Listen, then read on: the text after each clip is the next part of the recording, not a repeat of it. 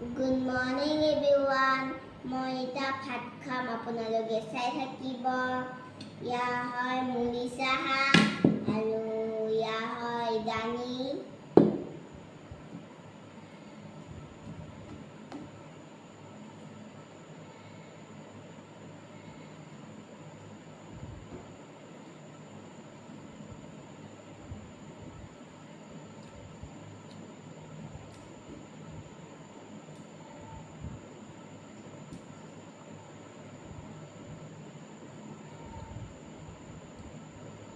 ইয়া হয় নেমু।